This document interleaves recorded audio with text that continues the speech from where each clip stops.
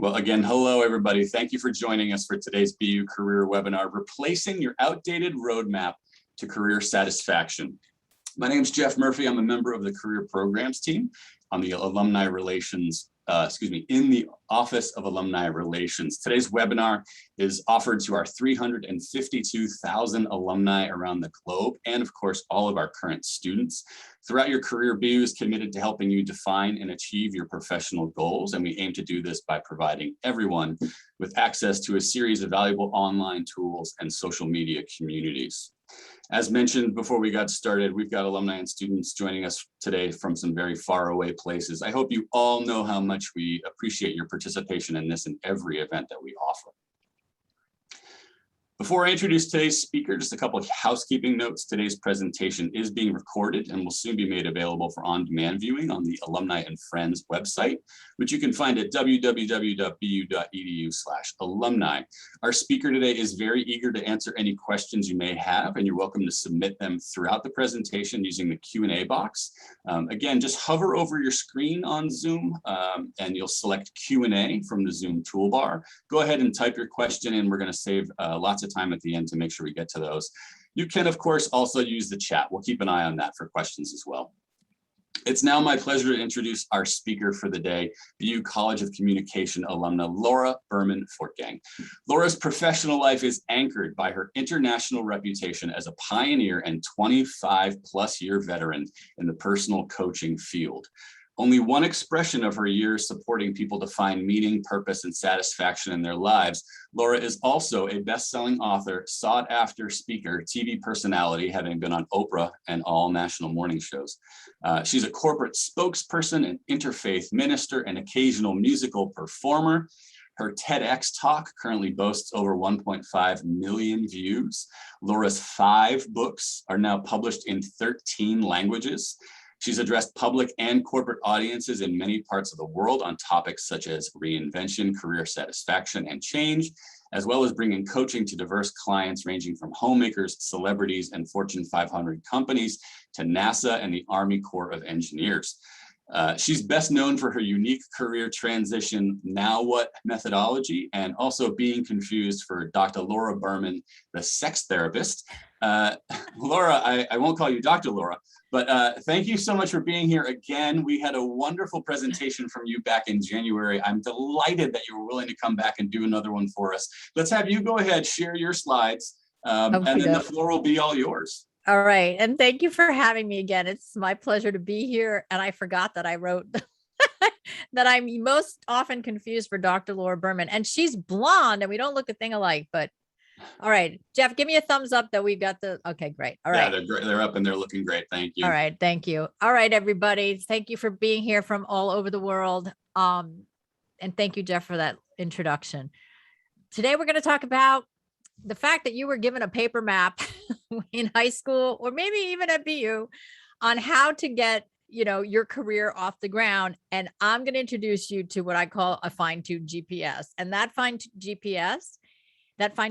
GPS is you. It's getting to know you better, and coming out of some of the conformist things that we have to do. I was a BU alumni too, and had the guts to say, thanks, Mom and Dad, you wouldn't pay for a theater degree, so I'm going to New York to be a Broadway star. And I just, I have the diploma somewhere. It served me well in the end, but I'm definitely an example of stepping out of the norm and finding your way in a completely different way. So that's what I'm here to tell you about today. Already gave you a little squeeze about me, but as you heard Jeff say, I have a TEDx talk, which is now 1.6 million views. It's called How to Find Your Dream Job Without Ever Looking at Your Resume. So that might pique your curiosity, that if you're someone thinking about making a change right now, I won't even look at your resume if we work together until we've decided what it is you really want to do. The resume only gives me your chronological business case for why you are capable of a next step, only in a linear, logical series of steps. So when you really need to reinvent, or when you're not happy on the path that you set out for, it requires looking someplace entirely different. And that is your life history. And I'm going to tell you more about that as we go today. At the end of this, I'm going to give you a link to receive my free quick 5-step guide to clarity. So stick around. There's your motivation to stick around. And that's my gift to you. Now, from the TED Talk, the quote that I quote myself on all the time is this, that career satisfaction doesn't come from what you do. It comes from who your job allows you to be. All right. So it's not the job description or the status or, which expensive school you went to get there. It's, can you be yourself? Can you contribute everything that you feel you have to give where you've landed for work? And that's where job satisfaction comes from, is, do I get to be who I want to be? So it's definitely a shift, a different way of thinking about it, right? It's like much different criteria for happiness. I often ask people, I'm a longstanding career coach. People come to me to figure out what to do with their life. And I'll be on a first call with them and I'll say, well, so what's your criteria for your next career? What's your criteria for happiness on the job? And most people can't tell me. So that's what we're here to answer today. Now, the paper roadmap. All right. This is the roadmap that most of us got. It's, we were asked, what are you good at? What do you like? We take a test maybe about our propensities. Your parents might have said, well, that's nice, but how are you going to make money at that? Sorry. That's why Jeff asked me if I had water. I'm glad that you do. I've needed it myself. There we go. And then later that same paper roadmap is, well, what are you qualified to do? My paper roadmap then is my resume. So we actually have a couple of poll questions for you to feel out where you are with this. So if you'd answer this, how many of you are doing the career you set out to do in high school? The one that you had to sit in the guidance counselor's office and say, I think I will, because I'm good at math, I'm going to do this. Are you doing that thing? Yes or no?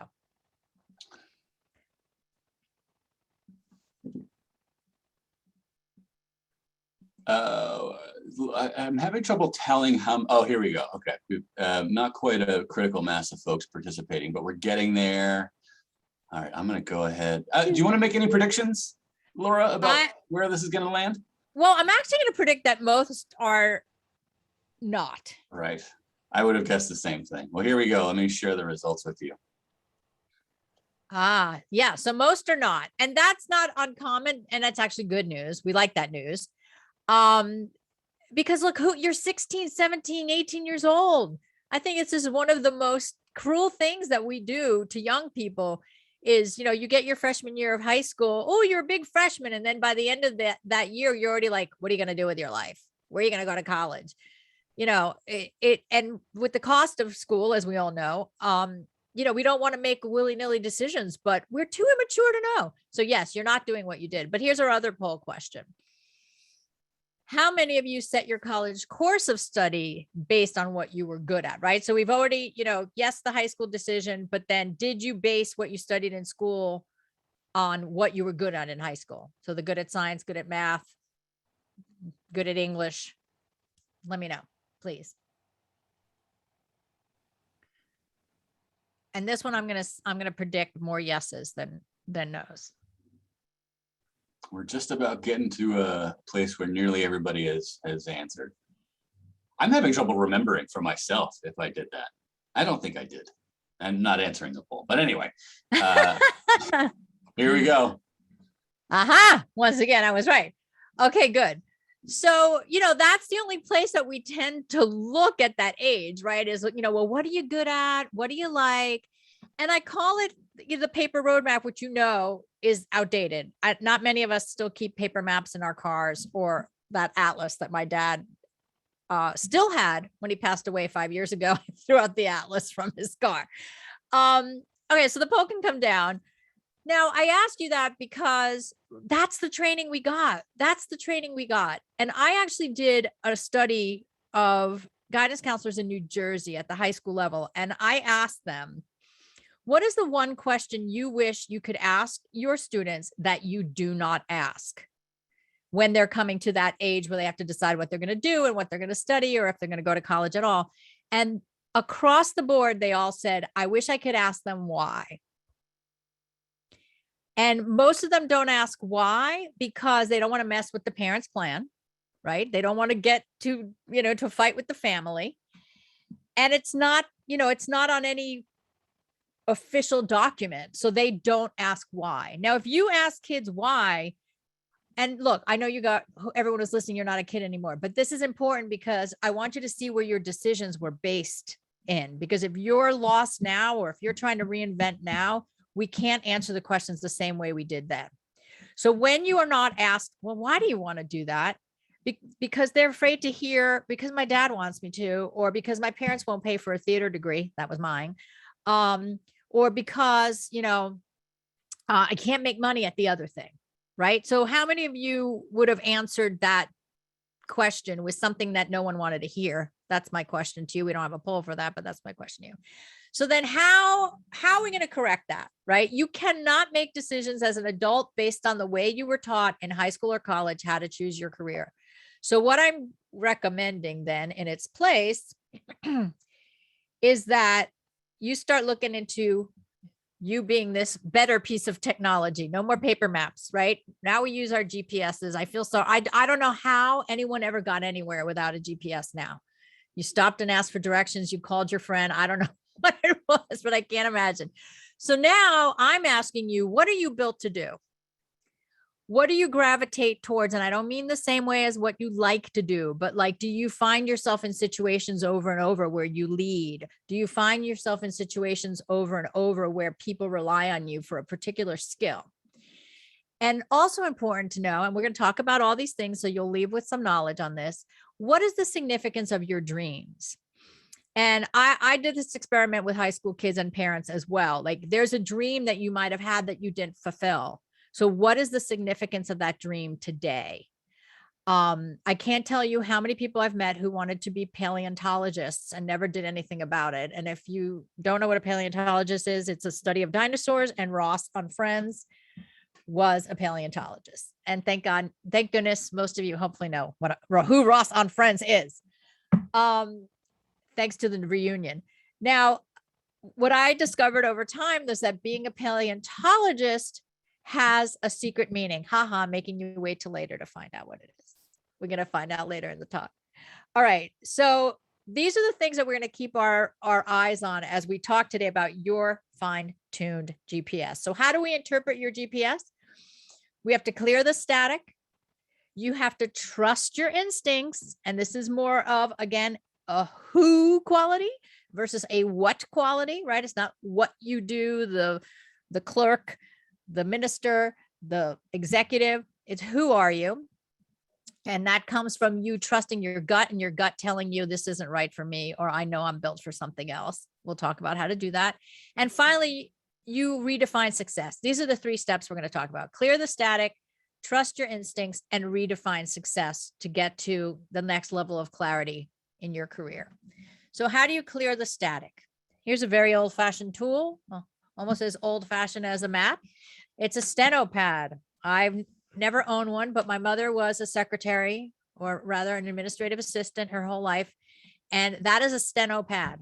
That people who took stenography, and my mother said, please learn how to type. Thank goodness I did do that, because now I can use a computer keyboard.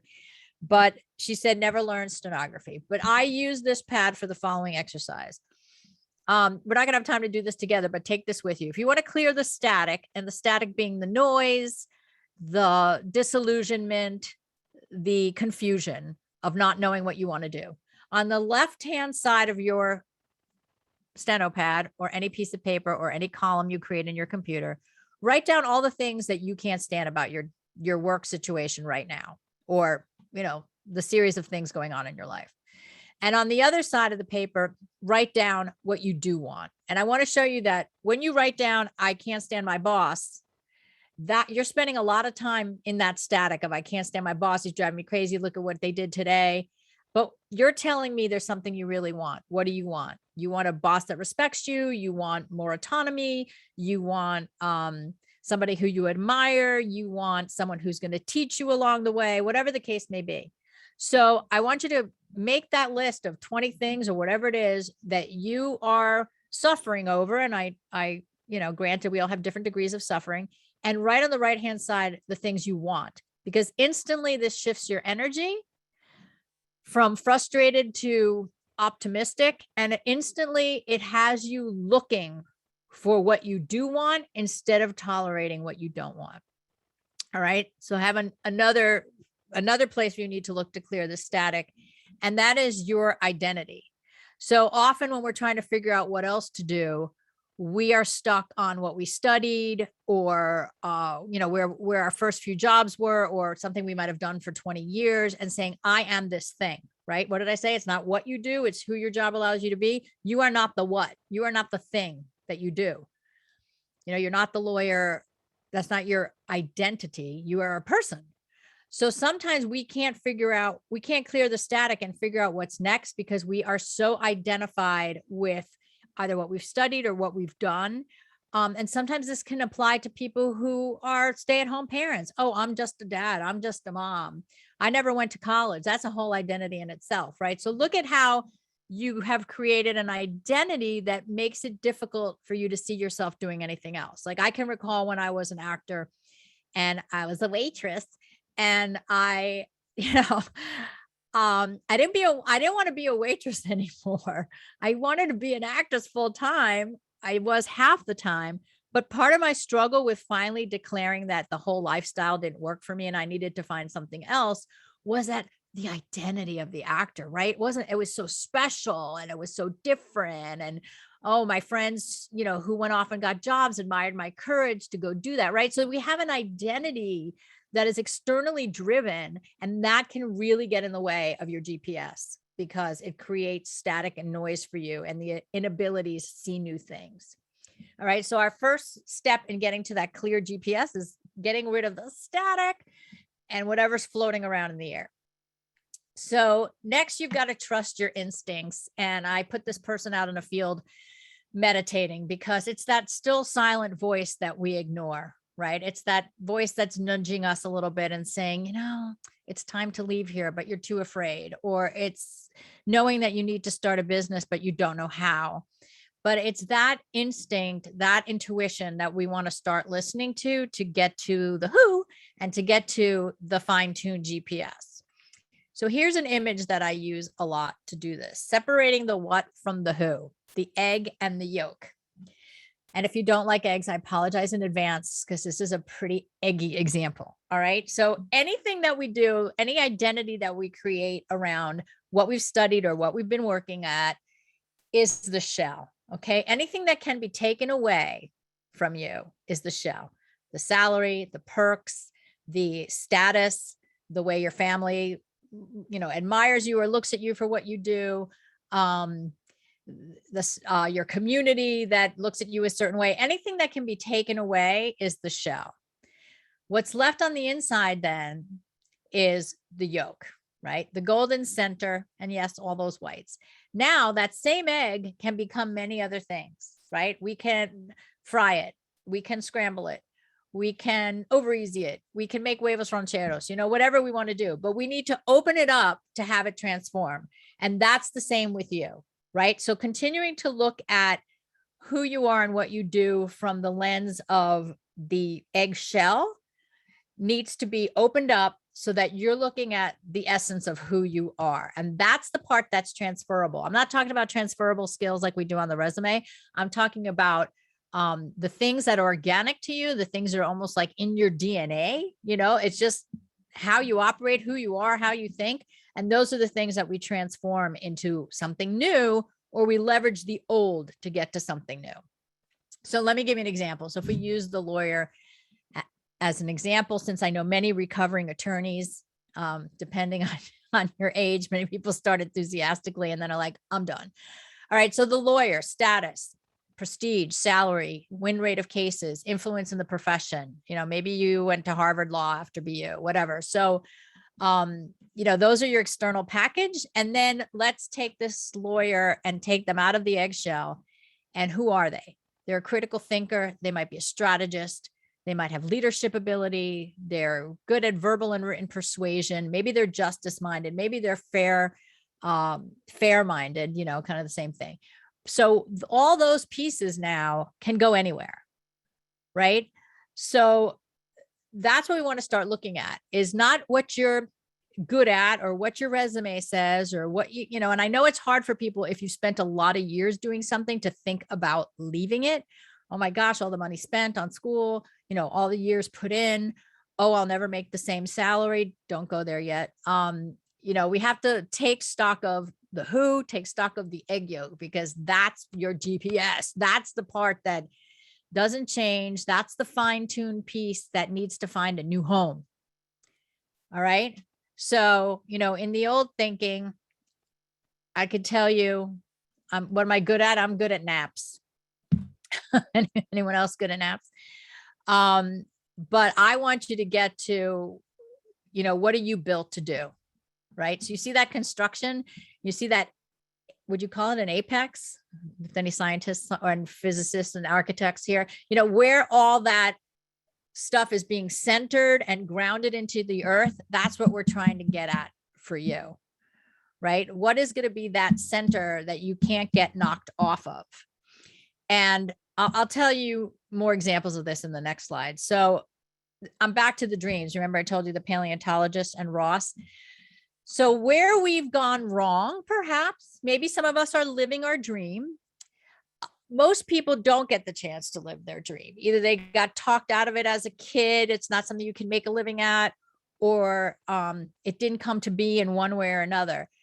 I just love to remind you that none of that was a waste and none of it was a pipe dream, because it all indicated something integral to your essence, that yoke, what you're built to do, and that GPS. Okay. So I'll use my story to move this along.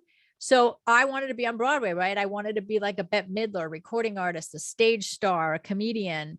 And like I told you, I worked part-time doing that part-time waitressing, went after the dream and was like, yeah, it's taking too long. I can't live like this anymore.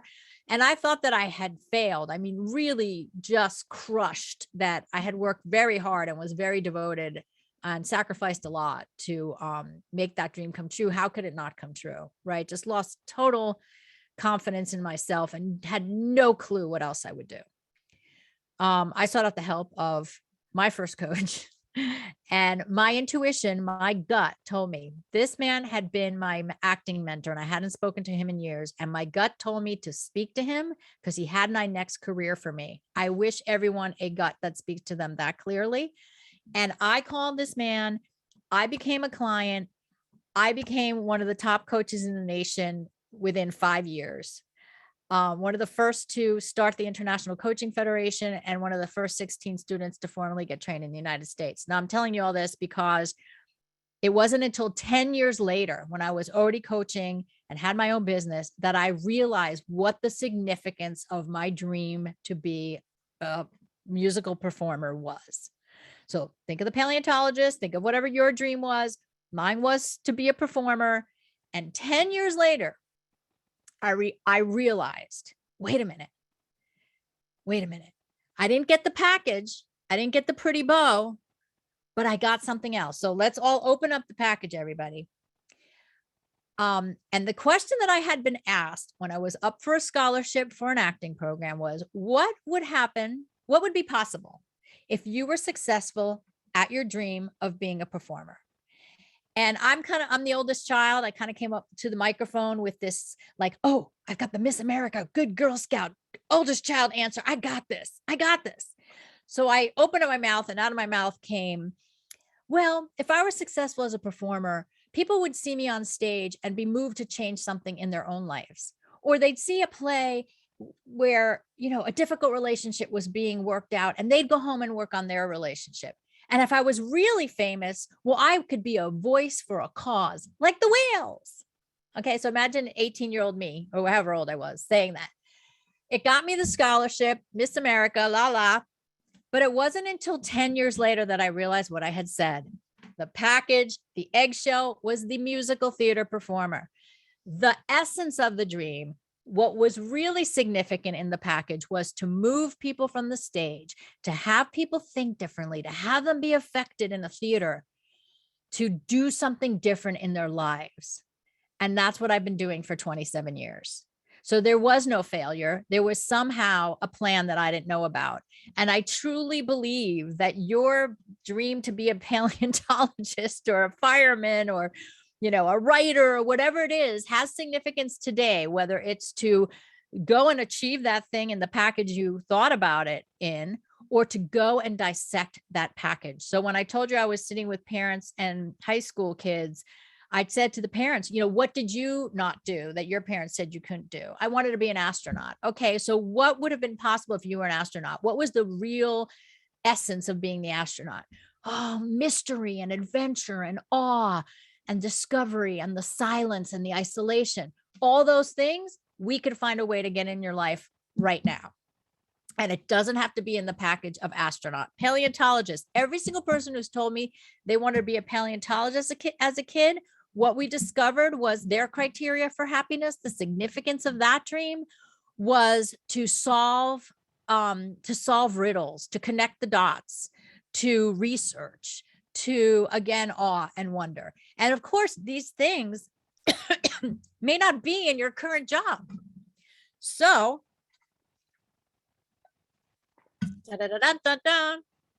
we need to redefine success. How do we get it in? Can we change our job description? Can we change careers entirely? I'm sorry, with this new criteria. You take a breath.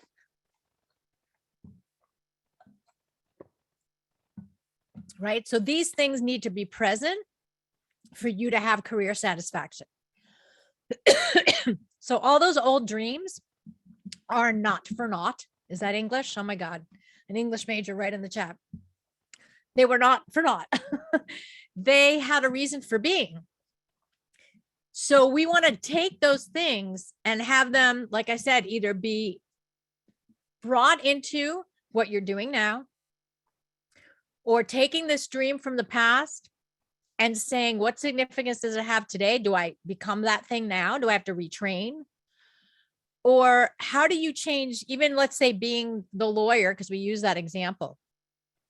If you saw that you needed to bring more of, awe and wonder into your work, maybe it's about changing location of where you do the work. Maybe it's about representing people from different areas that fascinate you, that you'd get to travel to. The possibilities are endless. So if you see, this is a very inside out approach, right? It's not the resume. It's not the structural linear building of the career ladder that we're used to seeing. This is unconventional in the sense that we're including who you are, not forgetting who you are. When people tell me they're unhappy at work, it's because they're not getting to be themselves. They're coasting because they have the paycheck and they have the college and they have all the things that they need to pay for and they have their own debt. I get that. So I don't want you to think in redefining success, I'm saying, join the circus or jump off the cliff and not have some place to land. But I can tell you from working with thousands of people that when you include this, you can get on your trajectory. And I'm not done talking about what redefining success means, but I am reminded of the time period that this takes. Okay. So for most people, it's a year to 3 years tops to make a shift, because you have to start integrating it, or maybe you've decided to step out of the corporate arena and you need some time to build that. The next longest I had was someone who took 5 years to make the change, mostly because she had to really work on her money life to be able to hop to the next thing. But interestingly enough, her whole life was about philanthropy. That's not what her corporate jobs reflected. Ironically, she worked for a bank. And also ironically, her money life wasn't in great order, and she knew she wanted to cross over into nonprofit. So she got her money life in order. And along the way, she discovered that she actually didn't have to take less money to work in nonprofit, because the bank that she worked for had a nonprofit arm under the bank's umbrella. And it took her a couple of times to get that job, but she eventually was the executive director at corporate pay for the nonprofit within the bank that she worked in. And as the story goes on, she went off into the nonprofit world without the corporate backup later on. And then the longest story I have for you is someone who took 10 years to do it. All right. So this gentleman came to me. He was working in retail, doing merchandising and advertising. And he had this idea that he wanted to do something in nature. Like he loved adventure sports and he loved being in nature, but he could not reconcile how he would get there. And he heard me talk about what I say about dreams and your dreams always having some significance today. And he said, well, oh, Laura, I'm one of those people who got every dream that they wanted. I'm not one of the people who didn't get the dream. And I said, okay, well, tell me all your dreams. And he said, as a kid, he wanted to be a magician and he became that. As a young adult, he wanted to be an architect and he became that. As an adult, he wanted to get into branding and advertising and marketing, and he did that. And now he really would love to be outdoor and adventure travel, but he can't reconcile what a drop in salary that would be. So I said to him, wait a minute, all your dreams are connected, right? So what does the magician do? Gosh, you see a magic trick.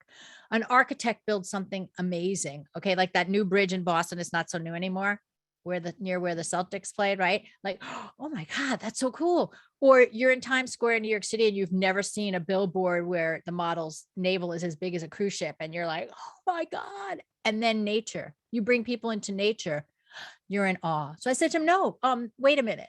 This new dream of yours is completely related to the rest of them. You inspire awe. This man ran away from me 10 years. I never returned a call. I'd look for him every couple of years.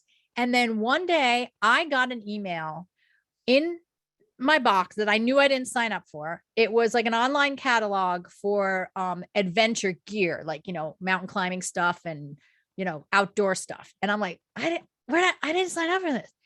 I go and for some reason I scroll down and I see his name. And I'm like, oh my God.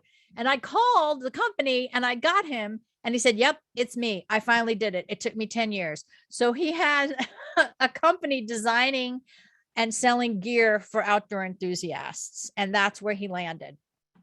And that took him 10 years. So it never leaves you. Let me tell you this, when you fine tune the GPS, you have to trust your gut because it will haunt you.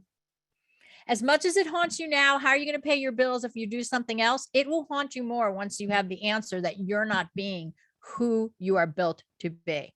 So to redefine success means to write yourself a new list of criteria.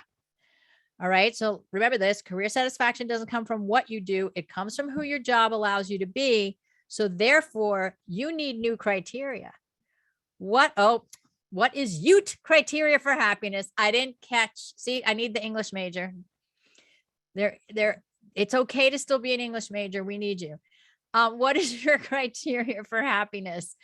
Right. So that list of things that you're going to write on that steno pad or Excel spreadsheet where you say, I hate this, I hate this, I hate this, and I want this, I want this, I want this. That's your new criteria for happiness. That and the pieces of you that you've left on the side of the road to make a living. So remember what we just said. I'm going to open up for Q&A. We were clearing the static by getting rid of the things that you're spending too much time on, everything you hate and that stress. We're clearing the identity crisis if you have one. You're trusting your instincts. You're getting more in tune with who you are and who you need to be than what the resume says you should do next. And finally, we're redefining success. So do we have any questions? Anything about anything I said? And, whatever floats your boat, as long as it's not too personal, but you can ask me about my career changes if you want to. Laura, this is great. I had forgotten about your background in musical theater, and it's all flooding back to me now. I must have told the story last time then, huh? No, you didn't. We do have a question here. It's a great one from Jason, but I'm curious, are you involved in any like community theater or anything now? I feel like that needs to be part of your life still. I thank you for coaching me, Jeff. It's free, by the way. Thank you. Yes, I'll tell you what happened. My husband was an actor too, and we had a 3-year engagement because we couldn't decide, do we really want to be actors or do we want to really be married? Because I don't think the two really go well together. So we both decided to give up our careers, and we did not put any of our pictures on the wall because we did not want our children to follow in our trajectory. So to answer your question, after 17 and a half years not doing theater, I finally did my first show. I was like, it's time. So I did a community theater show, and my daughter and my children, my son, I have 2 sons and a daughter, and they were all hanging around. My daughter caught the bug, and she's now a musical theater major at Ithaca College. My oldest son is a drummer, and they let him play the entr'acte every night. And my other one, my younger one, has more tech side, right? So he does more tech. So me doing one play created 3 monsters, and I have a house full of artists. And I then after that could not drop the Southern accent that I had in that show. So I literally called the author and said, how much room do I have to play with this character that I had? And she goes, you can't take my character. I'm writing a second show. And I'm like, you're right. I should never ask. I'm an author too. And I invented a character then, not based on hers, called Life Coach Lurleen. And I wrote a show, and I traveled as Life Coach Lurleen. And Life Coach Lurleen wanted to coach everyone in the People magazine because they all have everything and they are not happy, and I can teach them how to be happy. So she wore leopard pants, a big wig, and she lived in a trailer, and she had homespun wisdom like, what's your Windex today? Your Windex. How many wins did you have? Just like my household product, the Windex. So anyway, yes, to answer your question, the bug bit again. Then the other show I did was with my son, who was playing drums, and I played my first part with the word old in it. So there you go. I'm so glad I asked. I hope that wasn't too long of an answer, but yeah. No, it's okay. We've got time, and we've got some good questions here. So Jason's, congratulations, Jason, who says, I love my job, which is wonderful, Jason, and the impact it makes, but struggle with the question on how to balance it with the who question. Any advice on how or when to say no to more responsibility, change in scope, travel, to maintain a work-life balance? Great question. And I'm so happy that you love your job. Yeah, with going up the ladder comes more responsibility, and it really becomes a conscious choice as to whether you take that on and with what boundaries. So it becomes like a thing to negotiate. Like you don't say yes to the travel and then 5 months later say I really need to cut back. It's harder to do that. So if hey, this is what I want my family life to look like, and I'm willing to travel once a month, or, no more than 5 days out of a month. The best advice I can give you is try to be aware of that at every opportunity to negotiate it up front. It's just easier to get it done up front than trying to change the game on people, although it's not impossible. And funny enough, like on the female, that was a male, right? On the female side, I did a lot of work for a pharmaceutical company, and they wanted, some of their sales managers to become district managers. And in the research that I did for them, many of the women did not want to be a district manager because they saw their district manager answering emails at 2 and 4 o'clock in the morning, never being home, like really not modeling a life that any of them wanted to have. So I think it really also gets back to companies recognizing that, especially after the pandemic and we all want to stay home, right? Many companies are recognizing to keep their best people, they need to let them have a life. So you never lived in a better time to negotiate those things. So be clear on your boundaries and ask for what you want. Aaron's wondering, how do you distinguish between interests that should be kept as hobbies versus those that you should incorporate into your career? Really good question. Really good question. The hobby part is, if you look at a hobby and you go, "Ooh, should I turn this into my own business, or can I make a whole life of this?" You want to think about the lifestyle that it's going to create for you. Now, I don't mean just financially. Like, for example, whenever someone has a craft or something that they create, when you try to make money at it at a certain level, you are either doing that craft all the time or can't charge enough for it because, it took you 24 hours to make it.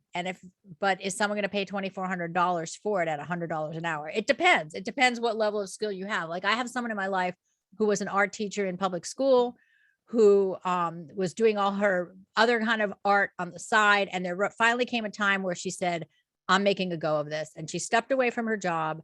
She's on the road all the time on all those weekend fairs that you might go to. She spends the entire Christmas season at Grand Central Station where they have the booths, but she is very successful. She gets commissions. She does a high level of art that people pay a lot of money for. And, she's made a beautiful life out of it. And she's okay with that. You may decide your hobby being what supports you may require a lifestyle you don't want. I think the biggest factor is sometimes we love doing something that if we made a business about it, we're with it, we would start hating it. That's what you need to look at. If it becomes like you're managing more people and you're not getting to do the thing that you got into the business for, you'll be miserable. So I think that's how you balance it. Is it something that can be scalable and repeatable and make a living at, or is it something that should just be my joy? And maybe I sell some of them on the side. We got a great set of questions here from our audience. Kudos, everybody. Kevin's wondering, how do people manage any fear of failure that might happen when making the leap to something new or different? Fear is a given. And I think that's something that we all have to come to accept. It's a given. Change is hard. Change is never easy. Managing fear is really about managing your relationship to fear. Like, do you let fear stop you and it's a big boogeyman? Or do you say, hey, fear, I see you. Okay. And I'm going to get the support I need to do this anyway. And it gets down to your risk too. You have to know your limits with risk. Like, can you risk a certain amount of money? Can you risk a certain amount of time? Are you going to beat yourself up if it was a mistake? All those things need to be taken into account. I've been self-employed, and I'll say an entrepreneur because I have multiple sides to my business, for over 25 years. And there are ups and downs, there are peaks and valleys, but if you plan for them, none of it's a mistake. So, I'm not sure what contents you're talking about. If you're talking about starting a business or jumping to a whole different career, you will have a few steps backward to go forward, but I never wanted that to stop anybody.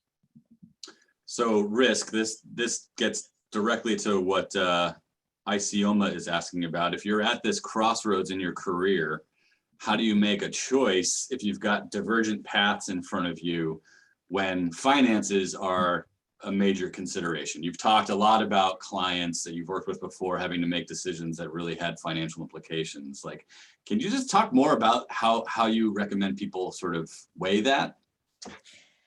Yes. Just like I just said, like sometimes you have to know that something might be a few steps back before it's a few steps forward. So could you tighten your belt and make it on less money and know that it's temporary and that you'll probably build back up? Otherwise I ask people, like, if you have any savings at all, I've had to ask a few people this in their transitions. It's like, how much do you have in your possibilities account? And that's Stephen Covey's language, not mine. Can your savings be your possibilities account? Like, I am going to create a new possibility with this. How much are you willing to invest? When I started, I set my fiance, now husband for 28 years, he had $0. So I very much resent when people ask me, oh, you must have had a husband that supported you. I'm like, hell no. I actually gave him the money to start his business from my waitressing cash. But my point is, I said, you've got 6 months and X amount of dollars that I will let you, mess around and see if you can make a go of this. And within 6 months, I was able to make enough of an impact that I could get rid of my waitressing job, and then did within the year, let go of my shoe modeling job. I used to be a shoe model, right? So invest in yourself. Say, I'm going to make this investment in myself. It can't be open-ended forever, because actually putting the limits on it is what's going to catapult you to take action.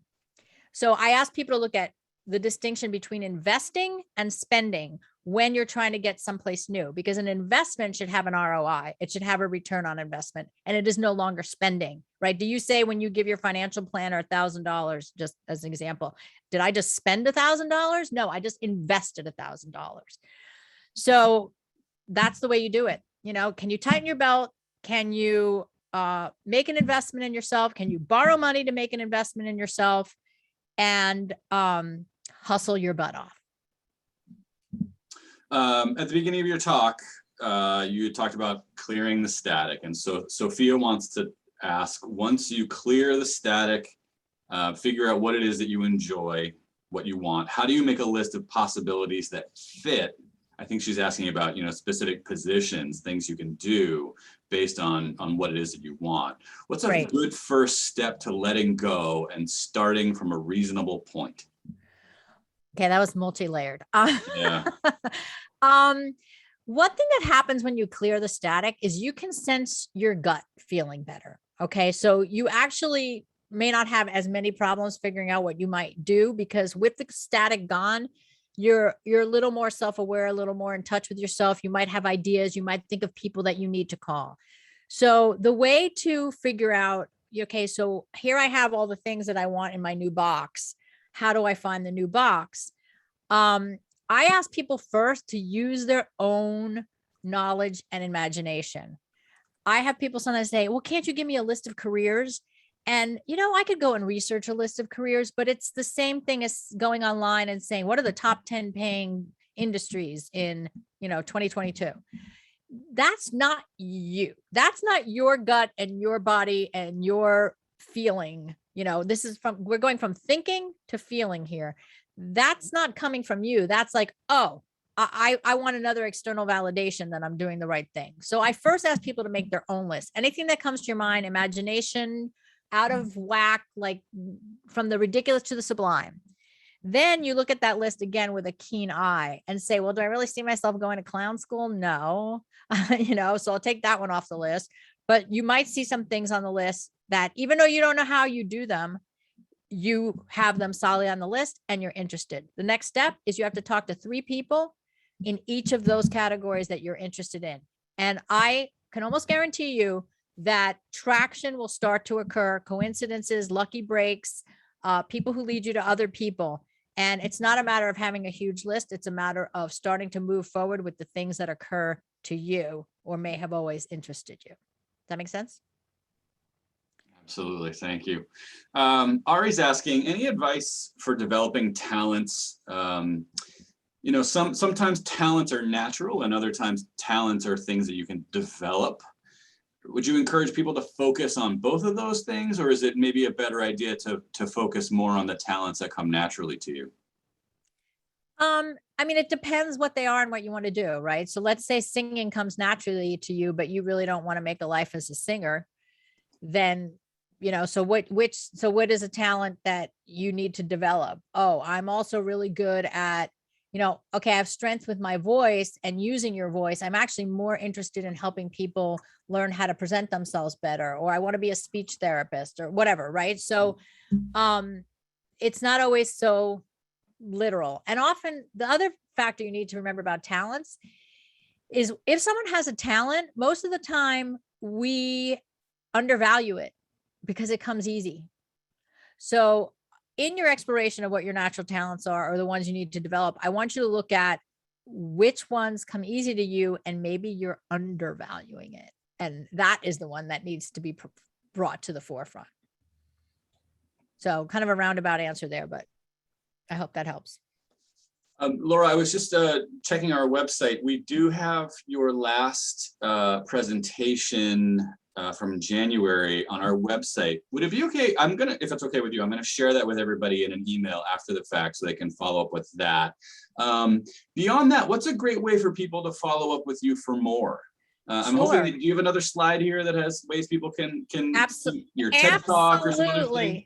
Yeah, so I don't have the TED Talk link here, but if you just look up Laura Berman Fortgang TEDx, there's no one else. There's no Dr. Laura Berman, thank God, with the TEDx talk.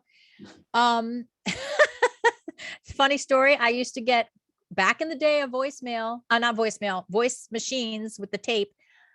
I used to get voicemails for Dr. Laura Berman on my home phone. And so just imagine what kind of questions people were asking me on my home phone for Dr. Laura Berman, the sex doctor. All right. So we reviewed that. This is what I want you to know. Courage is the price that life exacts for granting peace. So if you want peace in your life, it's going to take great courage, chutzpah, and everything else. Here's where you can find me. That free guide I talked about, the free 5-step quick guide to clarity, feel free to download that. I'm asking for your email. I'll be transparent, but that's available to you there. You can email me at info@nowwhatcoaching.com. The TEDx talk I told you, Google my name, TEDx, you'll find it. And everything's on my website. Nowwhatcoaching.com is probably the best place to go look for me right now. And that other talk that we did in January focuses on those blocks to clarity, getting rid of the static deeply. So if you want more about that, that whole talk was about that. And thanks, Jeff. It's my pleasure to be here. Anything else from anyone?